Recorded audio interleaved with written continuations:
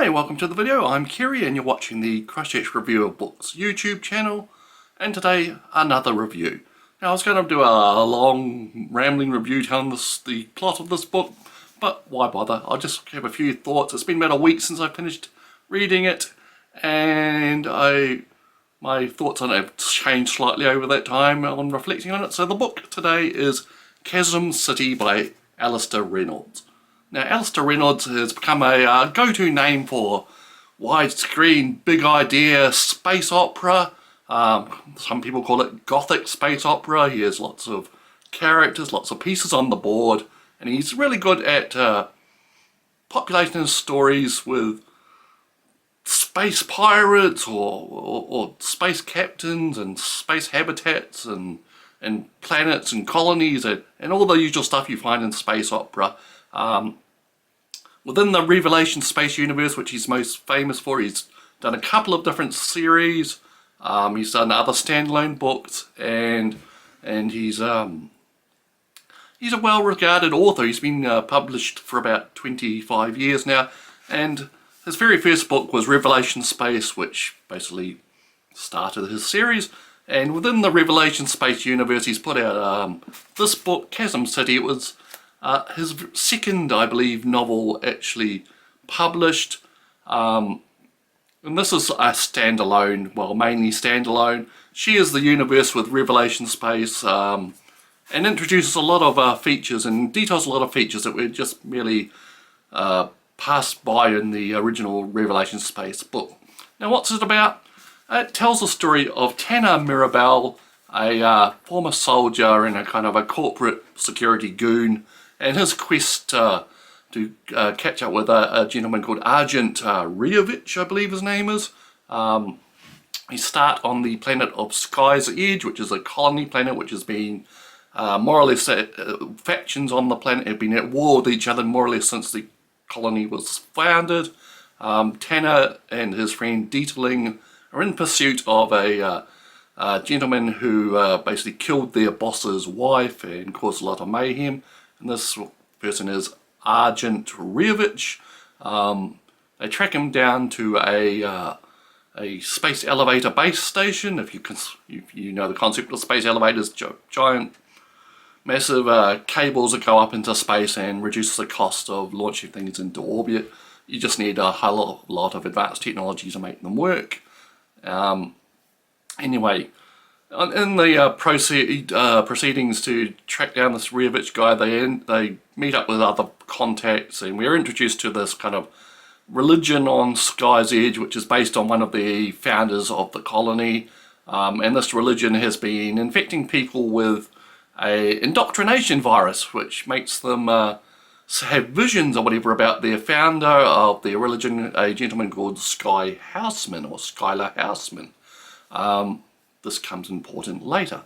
Tanner and follows Rievich's trail, finds he goes up into the space elevator, and then the space elevator is attacked by a nuclear device, and there's a massive accident, and we follow Tanner as he rescues a few people from his space elevator cabin or car or whatever you want to call it, and then fade back in, and he's being tended to on a space habitat light years away. He's got amnesia. It turns out he's been shipped as frozen cargo to the space system where the planet Yellowstone is. And Yellowstone's another old colony planet. It used to be like the jewel in the crown of humanity's space empire, or whatever you want to call it. And as he finds soon, the main city on this planet is Chasm City, which is a city built upon a chasm, as the name suggests. And Chasm City, as he discovers, has suffered in hard times. 7 years ago, something called the Malden Plague beset the city and basically reduced most advanced technology to uselessness, and only like primitive things or simple things work there for the most of the population.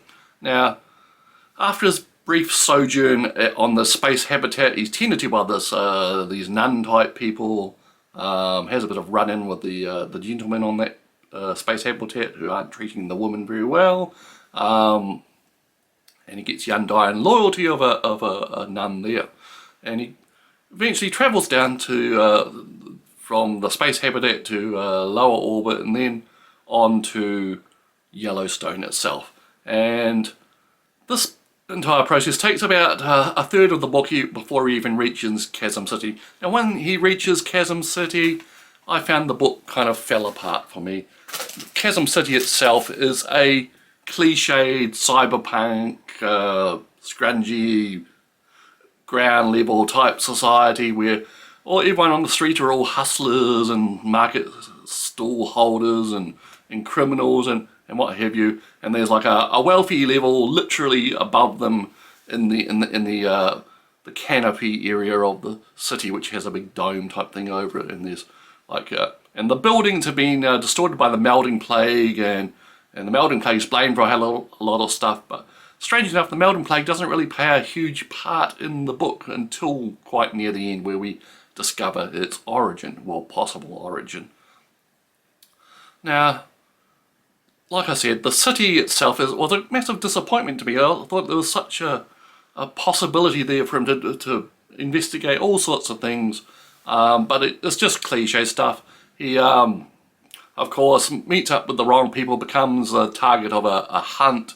He's hunted down, of course, he bests his enemies in this hunt, and meets a variety of women who, after about 5 minutes, become incredibly attracted to him or become his faithful companion for no apparent reason whatsoever. Turns the table on the hunt, and then gets back to chasing Agent Revich. Now, this all goes pretty much as you might predict, but he does throw in some different elements to the story which I found more interesting.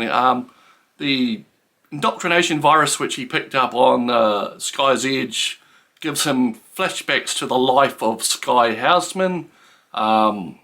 These become more frequent every time he's asleep or knocked out, or he just zones out and he has like a vision of an episode from Houseman's life, and these visions become more detailed and show him things that people can't possibly know about Houseman.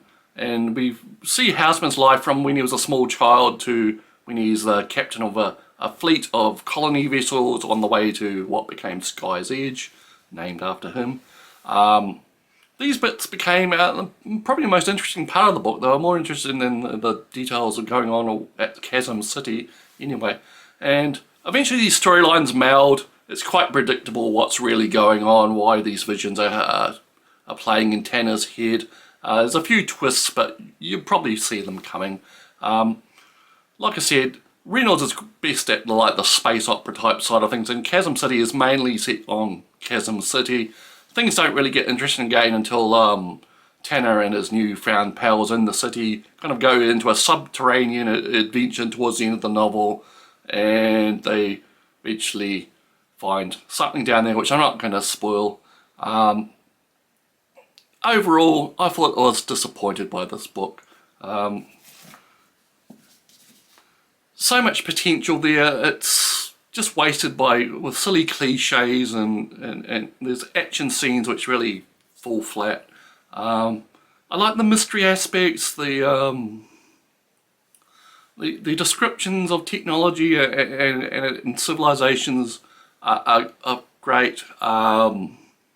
Just motivations for ordinary people and why people do things just didn't seem very realistic.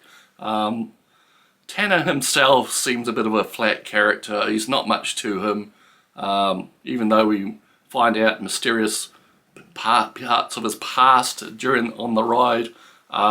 He just doesn't become that interesting, and when his identity is actually in question towards the later end, I just really didn't care really too much about him.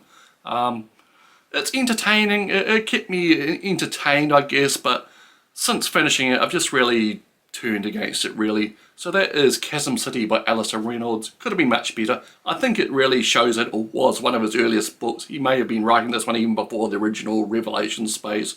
It's good to be back in that universe, but I could have gone along happily reading his books without ever reading this one. So that's Chasm City by Alastair Reynolds. We'll see you again shortly.